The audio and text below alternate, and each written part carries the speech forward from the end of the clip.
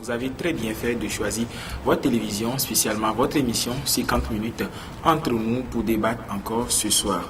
Manœuvre frauduleuse que font certains élèves lors des interrogations, des devoirs, des compositions, voire examens. La tricherie est un fait réel, indéniable dans le cadre scolaire. Que ce soit des jets de papier, des regards tournés vers la copie d'autrui, le passage de quelques bouts de papier, ou pire, l'écriture de quelques passages du cours sur une partie du corps, la tricherie est un fléau qui, présent dans le cadre scolaire, nuit depuis la nuit des temps. Quelles peuvent être les causes et les enjeux de la tricherie dans le cadre scolaire? Voilà donc les deux inquiétudes autour desquelles tourneront les interventions des uns et des autres ce soir sur ce plateau. Comme vous le savez si bien, nous avons des invités. Bonsoir très chers invités. Bonsoir, Benjamin. Comment vous vous portez? On ne se plaint pas. Voilà. Fabrice venait de le dire, je suis Benjamin. On va se présenter également pour nos très chers téléspectateurs pour qu'on puisse mieux nous connaître. Je commence par ma gauche. Moi, c'est Frédéric Edo.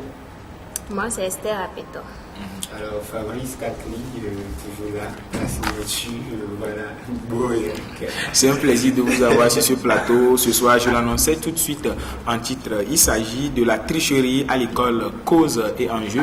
Nous sommes presque à la fin de l'année scolaire. Il y a de ces élèves qui ont déjà connu leur sort. Mais il y a un fléau qui gangrène la société, sinon le cadre scolaire, c'est la tricherie. On va quand même essayer de définir d'entrée de jeu, mais vous le savez si bien, le débat, c'est juste après ce jingle.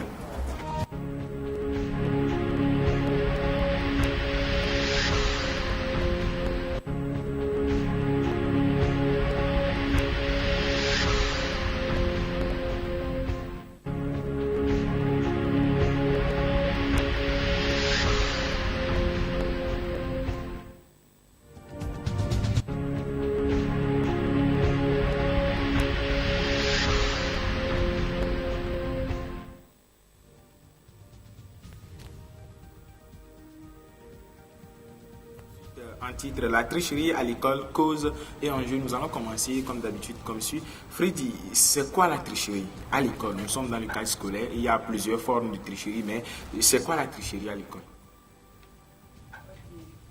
Merci Benjamin.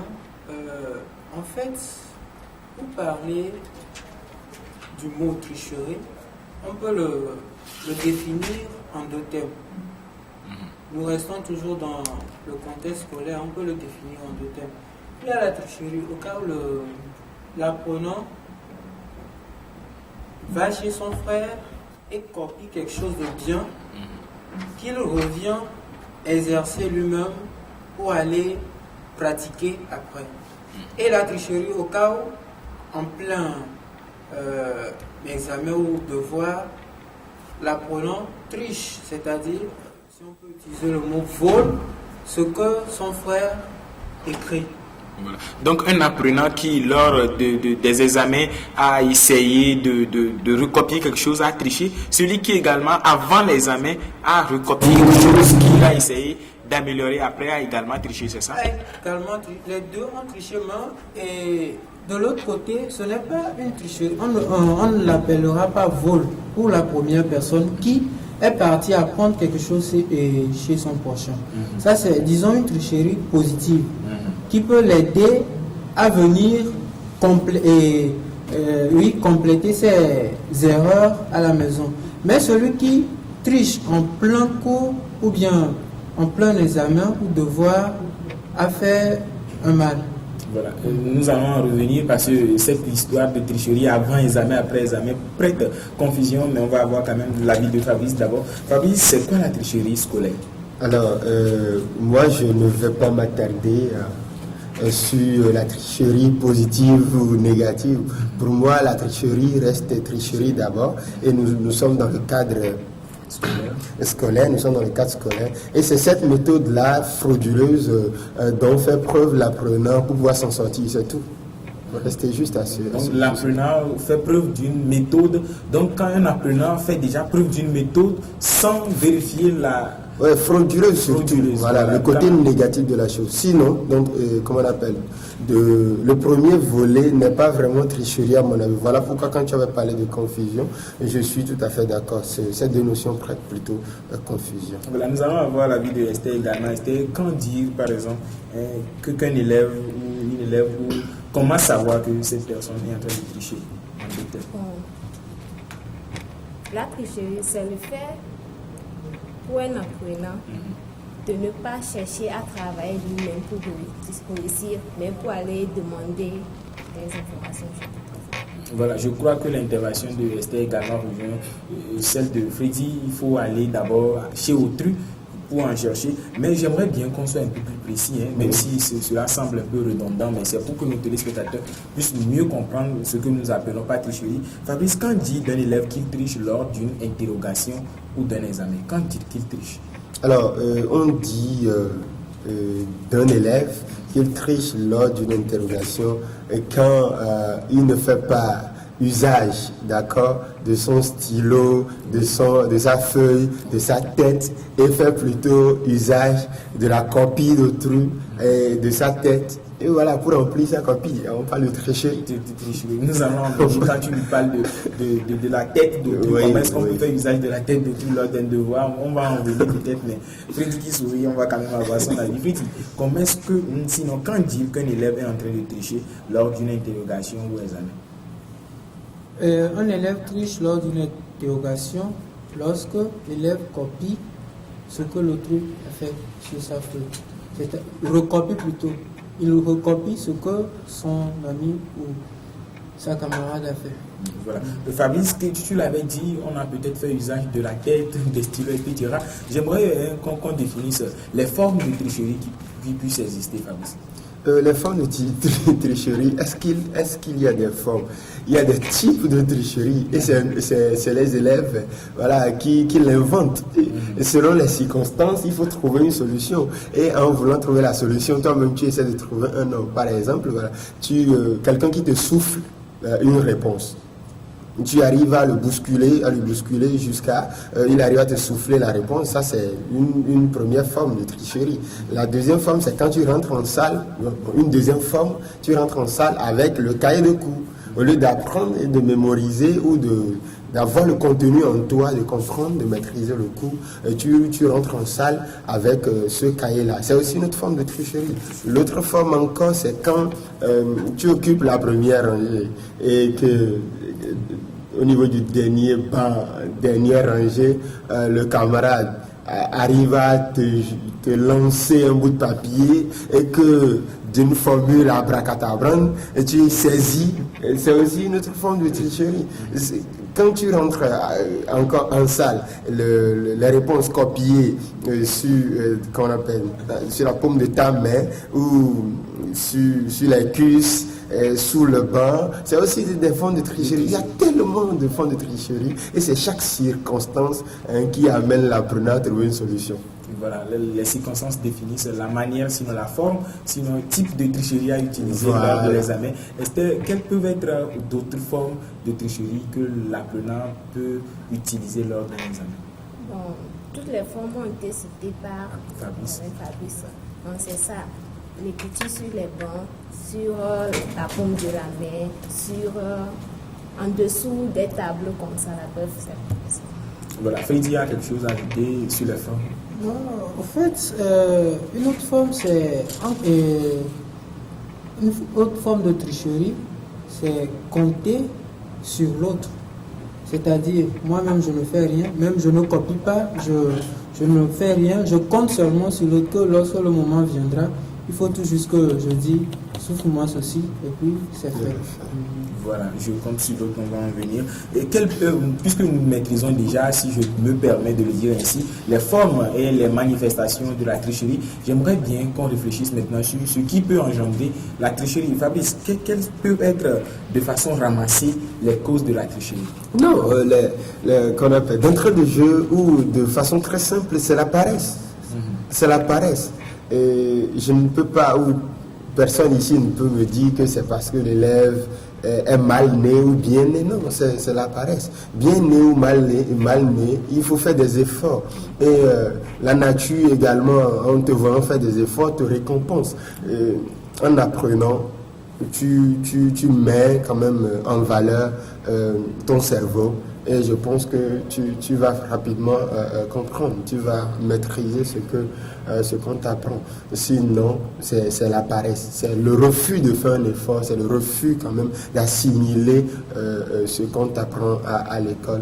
Même il y a de ces élèves en classe n'arrivent pas à s'en sortir, mais à la maison, à tête reposée, voilà, assimile. Il y a d'autres, c'est en classe que le déclic vient. Voilà, il y a de différents types d'élèves, mais quand même en faisant d'efforts, on fait preuve de sa tête, je le dis toujours, de sa tête, et puis voilà. Fabrice parle de paresse. Freddy, qu'est-ce qui peut encore être la cause des tricheries scolaires? Oui, ajouter à la paresse, on peut aussi dire que il y a certains apprenants qui ne comptent pas sur eux-mêmes, qui ne comptent pas sur la confiance en soi. Oui, la confiance en soi. Et plutôt, ils mettent leur confiance en l'autrui, que c'est lui qui automatiquement aura raison dans les réponses, donc je suis obligé de me référer à cette personne pour avoir de bonnes réponses. Esther, hormis ces deux types, sinon opportunités qui peuvent engendrer la tricherie, qu'est-ce qui peut également engendrer la tricherie? Il y a aussi les pressions familiales. Parents disent il faut aller à l'école, il faut revenir avec 17 de moyenne. Mais l'élève sent qu'il n'est pas capable de revenir. Donc il doit tricher pour satisfaire le désir de sa maman. C'est ça. Voilà. Est-ce que l'élève est obligé de satisfaire le désir de sa maman? Bon, dans certains cas, s'il ne trouve pas cette moyenne-là, les parents vont leur taper ou bien vont leur faire quelque chose. Donc il est contraint quand même de le faire. Nous allons en venir, puisque Esther vient de donner, sinon de nommer également des facteurs, sinon des acteurs qui s'impliquent dans la tricherie scolaire. Et Fabrice, ne penses-tu pas que les enseignants peuvent contribuer d'une manière ou d'une autre pour que la tricherie ait lieu? Quel enseignant perd son temps à enseigner à un élève pour espérer que cet élève triche à la fin? Mais je ne pense pas. Je ne pense pas. Peut-être d'autres me diront oui, mais moi je ne suis pas pour le fait qu'on affirme que c'est l'enseignant qui contribue au fait que la tricherie existe, quoi. Non, c'est pas possible. Voilà, Freddy. Oui, l'enseignant peut contribuer que l'apprenant triche. En quel sens? Disons, avant l'examen, oui. C'est l'enseignant qui donne les épreuves. Ça, nous l'appelons souvent des ovus. Mais au fait, tant qu'il y a une autre personne qui connaît la totalité de l'épreuve avant l'examen, c'est déjà une tricherie. Une tricherie. Donc, ces histoires des ovus, nous allons également en débattre de long en live sur le plateau ce soir. Mais l'enseignant également, Freddy est d'accord que l'enseignant peut engendrer ce phénomène. Mais Fabio, tu avais dénier la responsabilité de l'enseignant, mais le manque d'explication ne peut-il pas être la cause de ce fléau quand l'élève n'a pas la totalité de l'explication du cours que l'enseignant vient de dispenser? Ça ne peut pas, en quelque sorte, amener l'élève vers la tricherie. Alors, dans une classe, tous les élèves ont le même droit. De la même manière, je peux poser des questions. C'est de cette même manière-là, mon camarade également peut jouir de ce privilège-là en posant des questions. Quand je rentre chez moi, en ne comprenant rien, en ne comprenant pas une notion ou un volet du cours, je ne dirais pas que c'est l'enseignant, c'est toujours ma faute. C'est toujours ma faute. J'ai la possibilité de revenir autant de fois sur cette question-là ou ce volet-là, autant de fois que possible avant la fin du cours. Et même à la fin du cours, j'ai aussi cette possibilité d'aborder plutôt l'enseignant pour comprendre.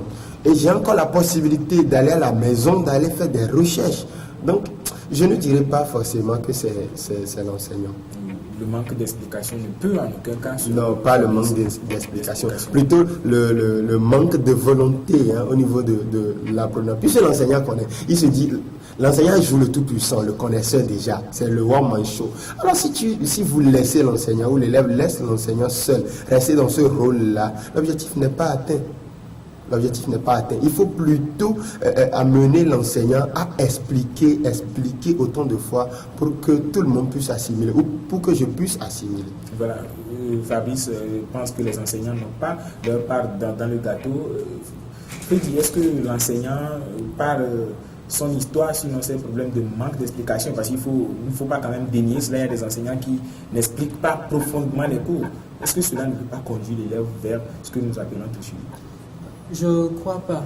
Au moins, si l'enseignant n'a pas bien expliqué son cours, au moins il faut faire le bûcher craché. Ce qu'il t'a donné, il faut au moins bûcher ça pour venir déverser en attendant l'explication. En mathématiques aussi. On ne peut pas bûcher venir déverser. Sinon, l'explication ne peut pas permettre à l'élève d'aller tricher.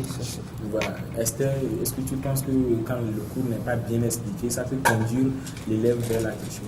Non, je ne le pense pas. Moi, je suis d'aller avec voilà. L'enseignant a fait son rôle, a joué plutôt son rôle. Il faut que l'élève fasse également sa partition. Oui. Esther avait su dire sur ce plateau tout de suite que les parents également ont leur partie à faire. Fabio, tu penses que les parents ont une part dans la tricherie? Le parent peut-il contribuer à ce que la tricherie ait lieu? Ce n'est pas possible. Je dirais tout simplement la pression familiale qu'a évoquée la consoeur. Cette pression, pour moi, est considérée comme une motivation. Quand le parent motive son enfant, si tu ne réussis pas, on te fait ceci, tu ne réussis pas, il fait ceci. C'est une motivation. L'élève doit s'en servir pour épater plutôt, pour ne pas perdre du temps, pour comprendre, pour assimiler, pour réussir. Mais quand l'élève s'en sert au côté négatif, en allant tricher, mais c'est mauvais. Mais Fabio, quand la pression est de trop, l'élève se trouve peut-être trop compressé. Là, il n'a pas appris, il a recours à la tricherie. Oui, pourquoi la pression sera de trop? Oui, mais il y a de ces familles où la pression... Tu en connais? Peut-être que je vais... Non, si tu en connais, donne des noms, il n'y a pas de souci. Moi, je pense que la pression familiale reste une motivation. C'est vrai, il y a des parents qui n'ont même pas mis pied à l'école. C'est ce manque-là, ce vide créé par le fait de ne pas aller à l'école qui les pousse à motiver les enfants, de les dépasser, d'aller au-delà, voilà. Au moins avoir un nom administratif à leur famille, hausser le nom de la famille, ou hisser carrément le flambeau de cette famille-là, pas l'école. Donc le parent plutôt trouve toujours des formules pour pouvoir motiver. L'enfant doit toujours considérer ça comme une motivation et non un moyen d'aller vers la tricherie. Voilà. Sinon c'est mauvais. Freddy, tu penses la même chose? Disons, je suis d'accord avec lui, mais dans l'autre sens, je ne suis pas d'accord. C'est-à-dire, la pression, c'est pour motiver l'enfant. Mais dans la condition, ou bien dans les conditions que l'enfant ou l'élève est avant d'aller à l'école, parfois ne lui permet pas d'apprendre ses cours pour aller bien travailler à l'école. Disons, l'enfant qui n'est... Excusez-moi, qui n'est pas bien nourri. L'enfant qui ne va pas à l'école à l'heure. L'enfant dont l'écolage n'est pas payé à temps et qui doit rester à la maison pendant 1, 2, 3 semaines. Les cours passés, l'enfant n'a pas pu recopier et avoir des explications sur ses cours. Donc cela lui permet obligatoirement qu'au moment de l'examen, de faire recours à la copie ou bien à l'intelligence d'autrui pour pouvoir combler ces vides. Voilà. Est-ce que l'élève ne devait pas faire autrement? Est-ce qu'obligatoirement il est contraint de tricher lors de... Il peut faire autrement, mais l'élève inconscient qui ne sait pas de quoi il est capable ou bien qu'il peut se servir de sa propre détermination pour apprendre ou trouver un autre moyen, peut se recourir ou bien faire recours à la tricherie. Esther, tu ne penses pas peut-être que les surveillants, parce que quand nous parlons des élèves, des enseignants, il faudrait aussi que nous parlons des conditions dans lesquelles les élèves composent. souvent dans les salles, sinon obligatoirement dans les salles d'examen, il y a des surveillants. La tricherie ne serait pas une faute aux surveillants? Bon, pas totalement. Mais en partie. En partie. Parce que les surveillants, avant de commencer l'examen, doivent vérifier sur les bancs des choses pour voir s'il n'y a pas les écoutilles sur ça. Mais c'est rare qu'ils vérifient ça. Donc peut-être en ne vérifiant pas, ils pourraient laisser l'opportunité à ces élèves-là de tricher. Fabrice, tu penses que les surveillants n'ont pas quand même leur part également, comme tu as su dénier la responsabilité des parents et des enseignants? Non, dénier la responsabilité des parents. En fait, avant de répondre, j'ai envie de rebondir sur un aspect que Frédéric a soulevé. Je voudrais savoir si les conditions dans lesquelles l'enfant ou l'élève vit avant d'aller à l'école est une forme de pression. Je ne pense pas. Quand l'élève est mal nourri, c'est une pression. Si l'élève se réveille tard, est-ce que c'est une pression? Ce n'est pas une pression. C'est plutôt le manque d'éducation, c'est une mauvaise éducation. Je donne l'exemple par exemple de Agbelencourt, un parent qui n'a pas mis pied à l'école. Est-ce que au moins la seule conscience que l'élève, mon fils doit être à l'école à temps, à l'heure pour copier les cours, voilà, pour être quelqu'un de demain, est-ce que cela plutôt n'est pas une aubaine pour ce parent-là à motiver, à réveiller son fils à chaque fois? Je pense plutôt que ce n'est pas...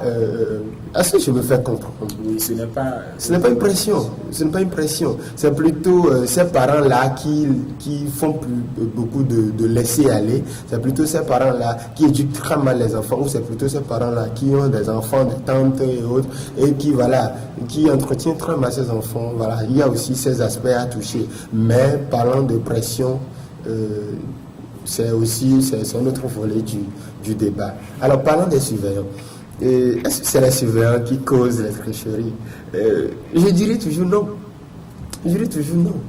Quand tu es concentré, ce que l'on apprend bien s'énonce clairement. Et les mots pour le dire arrivent à zéro. Voilà, apprenons et puis c'est fini. Que le surveillant soit là ou pas, quand on est bien, on apprend bien, on est concentré, on déverse. Il n'est pas encore d'accord que ce soit les surveillants, mais il y a une réalité. On fut élèves et nous sommes toujours élèves au cours de la vie. Et j'aimerais bien savoir, Frédéric, il y a une chose qui se passe souvent. Nous sommes en plein examen, mais on dit il n'a pas triché, mais il a soufflé la réponse. Il a soufflé la réponse pour mettre Kofi ou Kodjo sur la bonne voie. Et c'est également de la tricherie. Quand je donne le début d'une définition, qu'est-ce que le volcan? Je dis le volcan est un ou est une, juste pour te mettre sur la voie. Est-ce également une forme de tricherie? Oui, c'est une forme de tricherie parce que, arrivé à l'examen, il devait y avoir un calme total. Pas de bruit, personne ne parle, tout le monde est concentré sur sa copie. Supposons qu'au moment où vous donnez la réponse, le volcan est, il y a une autre personne qui est en train de définir le séisme. Oui, peut-être. Donc peut-être vous pouvez bouleverser cette personne qui est dans la salle. Donc c'est une forme de tricherie. Mettre l'autre sur... Pourquoi ne pas le faire avant d'entrer dans la salle? Au moment de l'examen, on est censé connaître l'intelligence ou bien la capacité des 9 mois ou bien des temps que vous avez passé sur le banc. Maintenant, tu aides l'autre à compléter ces trous. C'est que tu l'aides à tricher. Esther, tu penses que quand je donne la définition, mais je ne donne pas totalement, il faudrait que nous rappelons, peut-être qu'on nous demande qu'est-ce que l'histoire, je dis, l'histoire c'est une science, et tu peux continuer, c'est juste pour te rappeler l'essentiel. Est-ce que c'est une tricherie également? Bon, selon moi, c'est pas une tricherie. C'est quoi alors? Parce que tu peux rentrer en salle. On t'a demandé plusieurs questions. À force de copier, une partie t'a échappé. Tu demandes, s'il te plaît, rappelle-moi seulement cette partie. C'est juste aider la personne à se souvenir, mais pas totalement. Selon moi, c'est pas une tricherie. On peut quand même essayer d'aider la personne et il va se retrouver. Fabio, est-ce que tu partages la vie d'Esther? Une question, Esther.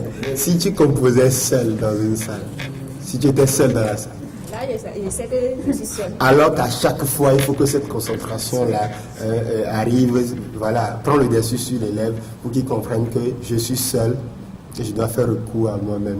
Je dois faire confiance en moi-même. Je dois me faire confiance, je dois me faire confiance. Et puis ça peut aller. Sinon, la tricherie reste la tricherie. Loin de nous l'idée de faire l'éloge de la tricherie. La tricherie reste la tricherie. Souffler ou pas, tant que ça ne vient pas de moi, que ça vient de l'autre qui fournit les mêmes efforts pour répondre, d'avoir les mêmes moyennes. Et dans la salle, nous sommes en concurrence. Nous sommes en concurrence. C'est les mêmes questions que l'autre répond. Voilà, il y a tricherie. Oui, nous parlons déjà de ces formes de tricherie que nous rencontrons dans le cadre scolaire, mais j'aimerais bien qu'on parte, si la réalisation le permet, on va voir ces quelques formes de tricherie en images et revenir juste après pour traiter le cas des ovules. Nous avons là une image sur les petits écrans. Il y a une demoiselle sûrement qui a recopié une partie des cours sur ses cuisses pour s'en servir lors de l'examen. Elle a quand même pris le temps, sinon le soin de recopier, sinon de photocopier le cahier sur ses cuisses. Ici, c'est une formule mathématique qu'on a essayé de graver sur un bout de papier qui va à plus B et autres. Mais ce qui est un peu étonnant ici, c'est qu'on sait, c'est une science, la tricherie là est devenue une science. On a quand même essayé de graver également ces quelques formules mathématiques, mais sur les ongles, parce qu'on ne peut pas voir ça. Et pour finir, nous avons cette jeune fille ou ce jeune garçon-là qui se passe quelques bouts de papier, peut-être l'exercice numéro 3 qui est déjà traité. Nous revenons au plateau. Et Fabrice, nous l'avions dit, Freddy l'avait annoncé, il s'agit de la tricherie que nous appelons communément Zovu, c'est-à-dire les épreuves pré-traitées. L'enseignant a traité l'épreuve et ça revient. Comment est-ce que les ovus là peuvent constituer, sinon être l'essor principal de la tricherie? C'est des coups de chance. Il y a des fois, c'est des coups de chance. Prenons le cas d'un examen. Et l'épreuve est traitée ou le sujet est traité je ne sais pas, dans un village quelque part. Or, l'inspection est en ville quelque part aussi.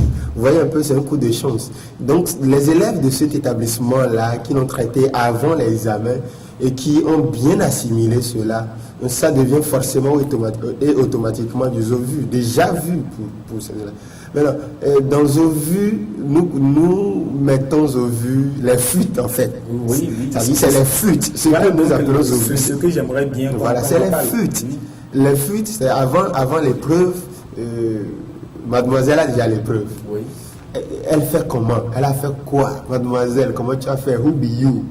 En fait, il y a aussi de ces relations-là dans les couloirs et les coulisses et qui aident aide l'élève à rentrer rapidement en possession de l'épreuve avant. À ce niveau aussi, ces fuites, c'est un manque de responsabilité. Oui. Un manque de responsabilité. Comme les images qui passent actuellement, si l'élève n'avait pas préalablement les exercices, il n'aurait pas pris le temps de recopier quand même ces exercices-là. Oui, des fois, l'élève n'a pas l'exercice au préalable, mais l'élève, c'est un magicien, il est tellement confiant que ça peut sortir. Ça peut sortir. Et puis voilà, rapidement, on fait preuve de l'art. Et voilà, on griffonne et puis on écrit un peu partout et ça sort. Moi, le cas des fuites, c'est un manque de responsabilité. Et ceux qui contribuent à cela n'aident pas les élèves, n'aident vraiment pas les apprenants. Ça rentre dans une éducation bancale et puis c'est pas bien. Freddy, les images viennent de passer. On a vu quelqu'un qui a recopié tout un cahier sur ses cuisses. Imprimé d'ailleurs sur ses cuisses. Freddy, tu penses que les ovus constituent également, sinon contribuent à ce que la tricherie s'installe? Oui, ça peut contribuer et ça ne peut pas aussi contribuer. C'est-à-dire, il y a deux types de ovus, comme vient de les nommer M. Fabrice. Zovu personnel où l'enseignant donne ça à une seule personne, ou zovu populaire.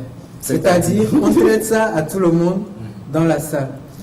Supposons qu'il y a certains enseignants, ils ne sont pas sûrs que ça va sortir.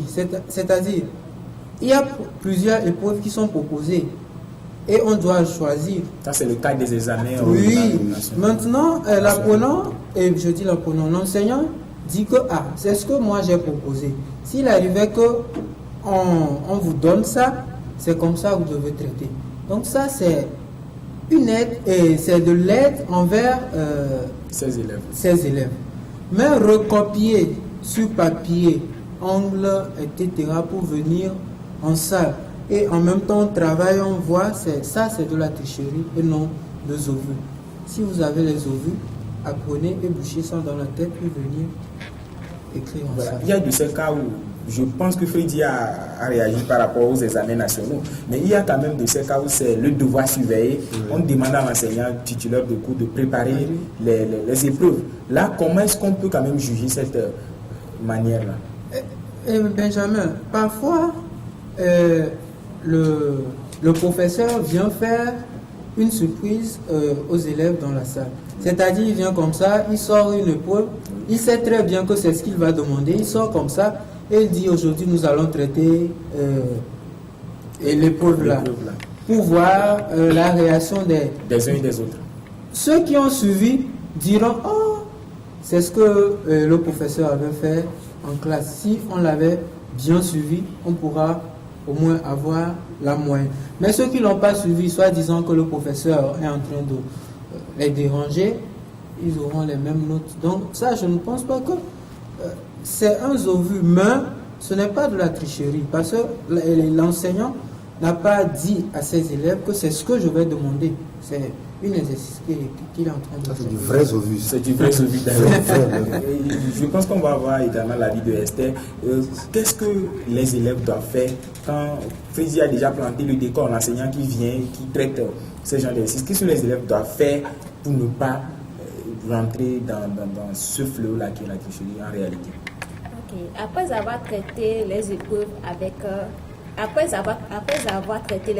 avec les élèves, l'apprenant doit aller à la maison, réviser, bûcher, bien connaître ça et venir déverser ça et non pas copier sur les cuisses et autres là.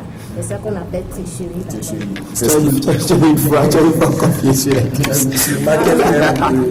La réponse à nous donner. Elle a été précise quoi, les cuisses.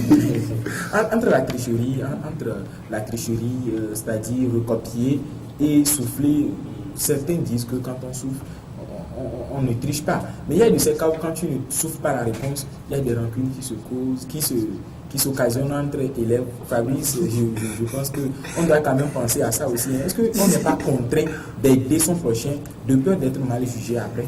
Alors, on va être un peu pragmatique. Oui. J'ai lu entre-temps sur WhatsApp ceux qui cachaient leurs devoirs lors des examens quand on était au lycée. Là. Je pense que vous êtes devenu ministre. En fait, ne pas souffler peut causer des rancunes. Vous savez, on développe certaines amitiés, on développe certaines relations quand on est sur les bancs.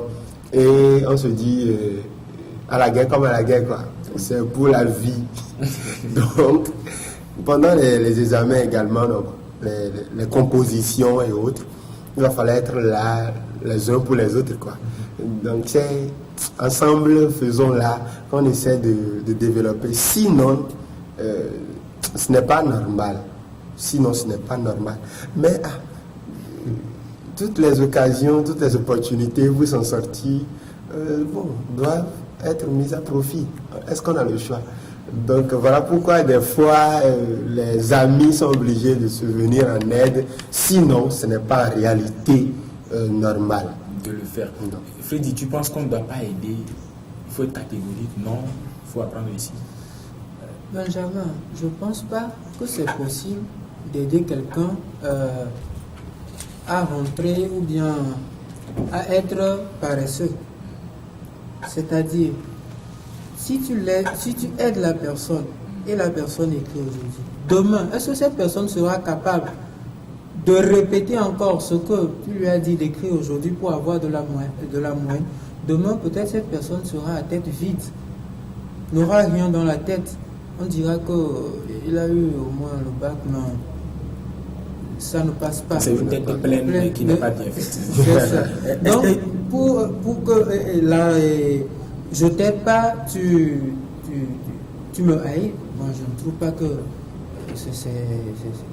c'est quelque chose de normal. Il faudrait qu'on soit clair et puis encourageons tout simplement le travail. Le travail. Esther, j'aimerais bien savoir, être un grand tricheur, est-ce qu'on n'a pas...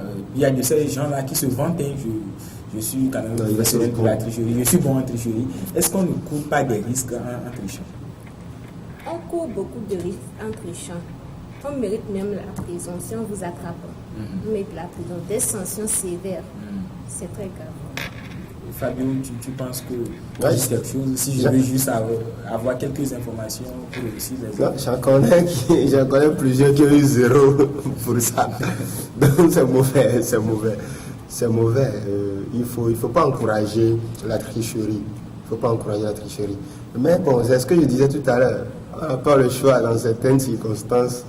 Il faut mettre à profit cette opportunité-là, parce que c'est des opportunités qui s'offrent plutôt rarement, des opportunités à risque. Il y a des élèves, j'en ai connu aussi, qui sont des meilleurs en le domaine. Quand vous sortez d'un examen, ou bon, pas d'un examen, d'une composition d'un devoir, mais tout le monde dit non, le gars il est bon. Et tu allais comment tu as fait? Ils arrivent à ton niveau aussi. Les gens qui sont des professionnels en ça, mais ce n'est pas une bonne chose. C'est très mauvais. L'avenir de notre éducation ne peut pas être construit comme ça. C'est pas bon comme ça. Freddy, est-ce que tu penses que l'école, parce que chaque élève appartient sûrement à une école, est-ce que l'école est mise en jeu quand l'élève triche? L'école est mise en jeu quand oui. Parce que quand l'élève triche dans une école, c'est-à-dire que demain, nous aurons des apprenants qui ne sont pas bien formés. On dira que l'élève a fréquenté ici, soit disant qu'il a payé de grosses sommes, mais c'est grâce à la tricherie que l'élève a pu obtenir tel ou tel diplôme. Donc l'école est en même temps vue comme le niveau de leur formation n'est pas assez bien fondé, Est-ce un élève qui triche à l'examen, que ce soit à l'examen national ou que ce soit les devoirs civiques ou les compositions régionales, l'élève qui triche met-il en péril son école? Oui, selon moi, il met en péril son école. Parce qu'un élève qui triche en classe, et ça arrive au niveau des autorités, l'image va passer à la télé. Ensuite, il va mettre l'image de l'école en péril. Fabio, tu penses que l'élève met en danger son école? Évidemment, il y a l'image de l'école qui accompagne chaque élève. Partout où je suis, quand on prend mon CV, on voit un peu le parcours, on voit un peu où j'ai fait. Chaque école ou l'école, forcément, a son image qui m'accompagne. Alors si quelqu'un veut m'employer, qui a des antécédents, automatiquement, l'école est mal vue. Ce n'est pas parce qu'on a un diplôme qu'on est employable. On le teste, on voit que non, que ce n'est pas ça. On remet rapidement en cause mon établissement, le niveau de formation que non. Et puis voilà, ça, c'est comment on appelle, c'est pris en compte par ceux derniers qui ventilent et qui fait du mal plutôt à l'établissement. Je pense qu'il y a des établissements qui ont fermé même à cause de ça, à Lomé ici. Voilà, tout porte à croire que la tricherie est une mauvaise chose, selon vos interventions sur ce plateau ce soir. Mais les téléspectateurs voudraient bien savoir, parce qu'il y a de nos élèves là, ou sinon de ces téléspectateurs qui sont élèves, qui nous suivent également. Ils aimeraient bien savoir comment faire pour quand même que ce fléau-là n'arrive pas à l'étape où on dit telle école, il y a 10 tricheurs, 5 tricheurs là-dedans. Donc on va quand même aller dans la partie des solutions, parce qu'il faut en débattre, mais il faut également chercher des solutions. Fabrice, quelles peuvent être, sinon, que doivent faire les élèves, pour que le fléau de la tricherie diminue de taux? Alors, il faut tout simplement travailler. Tout le monde n'est pas excellent, tout le monde, on n'est pas aussi mauvais. On peut être le juste milieu. Donc, essayer de travailler, de rester au moins dans la danse, quoi. En travaillant, ce n'est pas parce que Kofi a 17 de moyenne que je peux forcément avoir 17 de moyenne. Mais en cherchant, en travaillant, en voulant aussi, en se motivant avec la moyenne de Kofi pour réussir, ou en prenant Kofi comme challenge, je peux aussi avoir 12, 13, 14. Et où va Kofi, j'y vais, quoi. En classe supérieure tout simplement. Donc travailler au jour le jour, former des groupes de travail, des équipes de travail pour s'entraider, faire des recherches à chaque fois. Et la position couchée, c'est pour les malades, c'est pour les morts, c'est pour les paresseux, quoi. Donc ne pas privilégier la paresse, travailler au jour le jour. Je pense que ça peut nous aider. Il y a aussi le volet des parents. Il faut que les parents arrivent à accompagner les enfants, motiver de temps en temps ces enfants-là, les accompagner dans le processus de leur éducation. À ce niveau, ça peut aider. Quand nous prenons 100% des élèves, bon, c'est 100%, 99, disons 99% des élèves, à nos jours au Togo, nous allons constater que à part l'école, on ne fait plus rien. Peu sont ces élèves-là qui se prennent en charge. Ça veut dire quoi? L'écolage est payé par... non, c'est pas l'élève, pas les parents, c'est les 99%. L'école est payée par un parent. Les fournitures payées par un parent. Donc il faut simplement travailler. On ne demande pas mieux, quoi. On ne demande pas mieux. Il faut faire l'essentiel. Il faut faire l'essentiel. Faisons comme l'essentiel. On n'a pas été meilleurs nous aussi. On n'a pas été excellents nous aussi. Mais on a été excellents selon nous-mêmes. C'est ça aussi l'essentiel. Freddy, qu'est-ce que les élèves doivent faire? Parce que sûrement qu'il y a de ces élèves qui nous suivent actuellement. Un élève peut-être tricheur, il veut maintenant cesser, puisque Esther a su m'appeler sur ce plateau que la tricherie peut nous conduire devant les écrans de télévision, mais on ne veut pas quand même s'afficher devant les télévisions comme étant de mauvaises personnes. Freddy, qu'est-ce qu'un élève doit faire? L'élève qui sait qu'il n'est pas bien dans des matières, ou bien son intelligence n'est pas, disons, élevée, Oui. peut recourir à ceux qui sont au moins, disons, assez bien dans la salle pour avoir quelques explications. De même que ceux qui sont bien peuvent appeler, disons, les passables, Les moins bons. et les aider pour qu'au moment venu, il n'y ait plus de chuchotement ou après tu me hais parce que je ne t'ai pas donné la réponse, c'est pas bien. Donc il faut s'entraider ou bien il faut la complémentarité entre les personnalités et les élèves. Voilà. Esther, qu'est-ce que les élèves, les parents, voire les enseignants même doivent faire pour qu'ensemble nous puissions dire plus de tricherie dans le cadre scolaire? Bon, moi, je pourrais dire que aux élèves, il n'y a pas de solution miracle pour arrêter la tricherie. L'essentiel, c'est d'apprendre, de travailler, d'aller au cours de répétition, d'approcher les professeurs. Si vous n'avez pas compris quelque chose, approchez, demandez. C'est ça. Sinon, il n'y a pas de solution miracle pour stopper. Voilà, les élèves, tu as donné quand même la part des élèves. Qu'est-ce que les parents doivent faire également? Les parents doivent soutenir leurs enfants.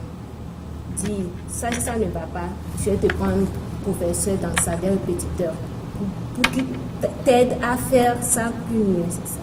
Voilà, j'aimerais bien qu'on fasse quand même, si je peux l'appeler jeu sur ce plateau ce soir, Fabrice, la vie scolaire sans tricherie, est-ce possible? C'est pas possible. C'est pas possible. À un moment donné de notre vie scolaire, il faut tenter la chose. Et sinon, on ne serait pas en train d'en discuter, quoi. Freddy, Fabrice pense que ce n'est pas possible. La vie scolaire sans tricherie, est-ce possible? Oh, et Benjamin, ce n'est pas possible. Même les grandes personnalités aujourd'hui ont triché une fois dans leur vie. Donc, Je te prends au mot, hein, à la sortie de ce studio. Là, c'est sur ce plateau, il y aura certains qui vont quand même t'apostropher peut-être. Est-ce que la vie scolaire sans tricherie, est-ce que c'est possible? Non, c'est pas possible. Parce que moi aussi, je suis ici, j'ai une fois triché. Mais pas du tout. Déclaration. On va également profiter pour avoir le mot de la fin, puisque nous tendons presque vers la fin de ce débat, Esther. Ok, je remercie les chers téléspectateurs d'avoir suivi notre émission. Voilà. Freddy, mot de la fin, quelque chose à dire spécialement aux élèves qui nous suivent actuellement? un conseil, c'est de faire confiance en soi, de mettre ses compétences ou bien son intelligence en exercice, quoi. Fabio, mot de la fin. Merci tout simplement pour ce cadre, voilà, à chaque fois qui nous a offert pour débattre, discuter. La question de la tricherie est une question pertinente. Et ce n'est pas seulement au cours de ce débat, il faut que les parents continuent la réflexion chez eux, trouver des solutions. À la maison, il y a l'élève, à l'école, il y a l'élève. À la maison, il n'y a pas l'enseignant.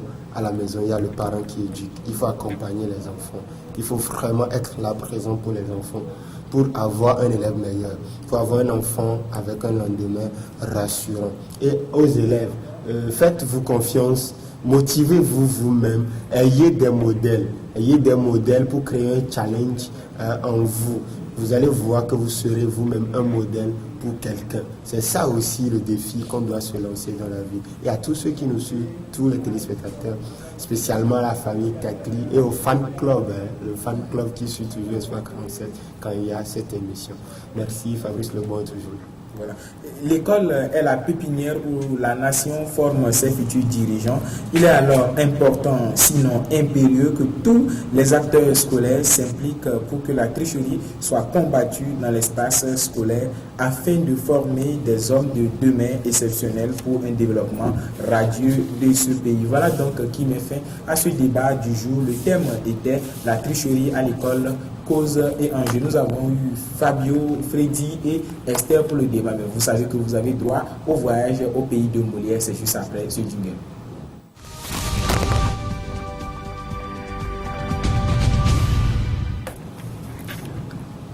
De retour sur ce plateau, nous allons commencer comme d'habitude avec l'expression du jour. Si la réalisation nous le permet, l'expression du jour, c'est raconter des balançoires. Raconter des balançoires signifie, c'est une expression idiomatique de passage, signifie mentir ou inventer des histoires, sinon des choses qui ne sont pas vraies. Donc quand quelqu'un raconte des balançoires, c'est que cette personne-là ment ou invente des histoires qui ne sont pas vraies ou réelles, sinon avérées. Citation du jour, puisque nous parlons de la valeur humaine, la tricherie ne fait pas de nous une bonne valeur. Pierre Corneille avait déjà dit dans son œuvre Cide, aux âmes bien nées, la valeur n'attend pas le nombre d'années. On peut être petit sans la tricherie, on sera un bon quelqu'un.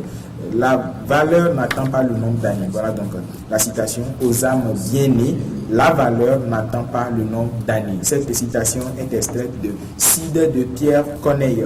On ne dit pas, mais on dit. Nous avons l'habitude de dire, si tu as besoin de quelque chose, sinon si tu as besoin de quelque chose, je te la donnerai. Logiquement, on dit une chose, parce que les gens pensent qu'on dit une chose, donc on doit dire je te la donnerai.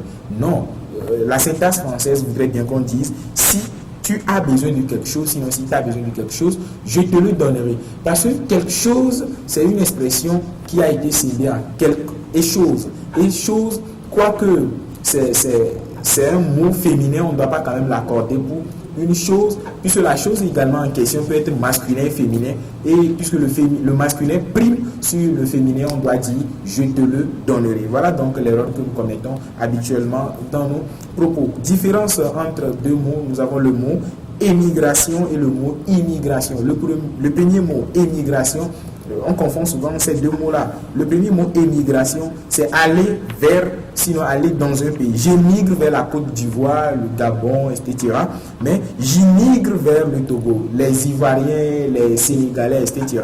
émigrent pour venir vers le Togo. Pour quelques soucis que nous avons habituellement, nous pouvons dire émigrer vers l'extérieur. Émigrer commence par E, extérieur commence également par E, mais immigrer c'est vers l'intérieur et ça commence par I. Immigrer commence également par I. On peut prendre cette astuce-là pour se retrouver. Pour finir, nous avons une image du jour. On va faire rapidement le tour du plateau. Comment est-ce qu'on appelle en français? Ce qui nous intéresse, ce n'est pas les lacets, mais c'est le bout des lacets. Comment est-ce qu'on appelle en français, Fabrice? Je prédis. Vous pouvez tricher, hein? Cela s'appelle en français le ferré. Le ferré. Le bout des lacets s'appelle le ferré. F-E-2-R-E-T. F-E-2-R-E-T. 2RET. Voilà donc qui met fin à Top Secret de la langue de Molière. Merci à toutes et à tous qui nous ont suivis depuis vos maisons. Nous avons Folie Moupé derrière la caméra. La réalisation a été opérée par Marc Casson, assisté par Octavio. Je suis Benjamin Somali. Merci à toutes et à tous de nous avoir suivis. Coucou spécial à la famille Somali et Monsieur Ekwe Josué. Bonsoir chez vous.